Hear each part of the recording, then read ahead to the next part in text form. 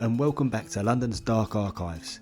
In our previous episodes, we met Jack Spot Comer, the undisputed king of London's underworld, and his protege, Billy Hill, the dapper mastermind who rose from street burglar to crime czar. Today, we bring their story to its explosive conclusion, a tale of ambition, betrayal, and a violent rupture that tore apart one of the most formidable partnerships in British crime history. We'll see how Billy Hill turned on his mentor, and Mad Frankie Fraser played a brutal role, and trace the fates of both men in the years that followed. Let's dive in. By late 1955, cracks had begun to show in the Spot-Hill alliance. Rumours circulated that Hill resented remaining second fiddle to his elder, more established boss. Jack Spot's old-school temper clashed with Billy's cooler, more calculated style. Hill bristled under Spot's occasional public rebukes and felt constrained by the older man's insistence on maintaining traditional rackets rather than pursuing ever larger heists. Two incidents particularly strained their bond. The first, a smear campaign. In spring 1955, a Sunday tabloid ran a sensational story claiming Spot was working with corrupt police to muscle in on rivals. Though Spot publicly assaulted the reporter in court, insiders suspected Hill had leaked the story to weaken Spot's standing and distract him with legal troubles. The second was a division of profits. Hill's wartime black market empire had given him financial muscle rivaling Spot's. When Hill demanded a larger share of the West End club takings in mid-56, Spot refused, ironically echoing his own earlier treatment of younger lieutenants. Tensions mounted. These simmering resentments set the stage for the ultimate betrayal. On the night of the 26th of November 1956, near Spot's flat on Arrow Road, Paddington, Billy Hill orchestrated a meticulously planned attack. He enlisted Frederick, Mad Frankie Fraser, a notorious enforcer already known for his savage methods but not yet the legend he would become. On the chosen night, Spot and his wife Rita were returning home from a dinner in Marylebone when Fraser's team lay in wait under a street lamp. As Spot approached the door, Fraser and two accomplices sprang out wielding koshes and iron bars. Now Spot fought back. He was a tough street fighter, but he was overwhelmed by numbers, and his wife Rita sustained an head injury trying to shield him. The assailants disappeared into the foggy street as quickly as they arrived. Spot was rushed to St Mary's Hospital with multiple fractures and a concussion. The press coverage the next day was breathless. Headliners like Spot slain by unknown assailants and King of Crime beaten in streets splashed across the front pages of the Daily Mirror and Evening Standard. Reporters speculated on every possible motive, but few guessed the hand of Billy Hill. Within days, 7 men, including Frankie Fraser, were arrested and later convicted for the ambush. Fraser received 7-year sentence. Others got 5 to 7 years apiece. Yet the identity of the mastermind remained unproven in court. London woke up to a city where even the godfather of gangsters weren't safe. The press played up on the irony. Cartoons in the evening news showed a crown rolling off Spot's head into the hands of a silhouetted figure. For the public, it was grim entertainment, a confirmation that gangland turf wars were as savage as any fiction.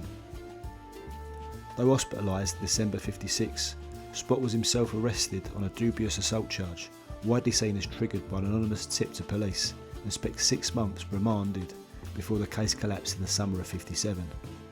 Disgraced and injured, Jack Spot Comer quietly retired. He sold off key assets in Soho gambling clubs and dissolved his protection rackets.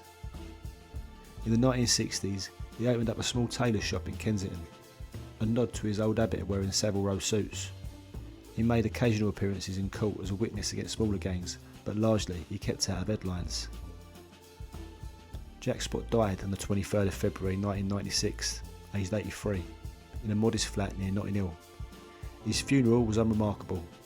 No black top cars or police escorts, just an handful of old-timers from the East End paying their final respects. Throughout his later decades, Spot insisted publicly he'd been betrayed by Hill, but refused to name names. To the end, he maintained a grudging pride in having built an empire from nothing. With Spot sidelined, Billy Hill seized control of the West End and swiftly expanded. He wrung tens of thousands of pounds a week from nightclubs in Soho and Mayfair. In 1958, He masterminded a daring raid on Duke Street jewellers, escaping with gems worth £200,000, estimated over $4 million today. He'll become a silent partner in the Claremont Club. This exclusive gaming club, he rubbed shoulders with aristocrats and burgeoning celebrities, people like Bruce Reynolds of the Great Train Robbery. While Hill avoided the limelight, he kept Frankie Fraser as his chief enforcer upon the latter's release in 1963. Fraser's notoriety grew. Mad Frankie boasted broken bones and manslaughter acquittals, yet Hill valued his loyalty and brutality. Together, they ruled the capital's rackets through the 1960s. By 1967, Billy Hill was widely regarded as Britain's top gangster. He lived in a lavish townhouse in Chelsea, drove imported cars and holidayed on the French Riviera. Yet the life of crime took its toll. Scotland Yard launched Operation Mayfair in 1968, and that targeted eye-rolling criminals at the Claremont Club. Hill's private office was raided, and his ledgers recovered. Investigative journalist Duncan Webb began exposing Hill's Riviera hideouts. The Sunday Times ran a 3-part series, The Man Who Bought Mayfair, naming Hill as the capital's undisputed crime lord. By the early 70s, Hill sensed the net closing in. He withdrew from active rackets, sold his Claremont shares, and faded into the background, though he continued to consult on high-stakes robberies from a distance. In his final years, Hill settled in Henley-on-Thames. Billy Hill died of cancer on the 18th of April 1984, aged 73. His obituary in the Daily Telegraph called him a man of extraordinary talent and moral ambiguity, noting he had never admitted to ordering Spot's ambush. Jack Spot and Billy Hill, mentor and protege, partners and enemies. Their story is a microcosm of London's darker half, where loyalty is fragile, ambition is a weapon, and the crown of crime changes hands in blood. In the end, Spot retreated into obscurity, proud but defeated. Hill reigned briefly, then quietly slipped away, unrepentant to his last breath. Their legacies linger in the shadows of Mayfair clubs and East End alleys, reminding us, in the world of organised crime, there's no guarantees, only power plays and betrayals.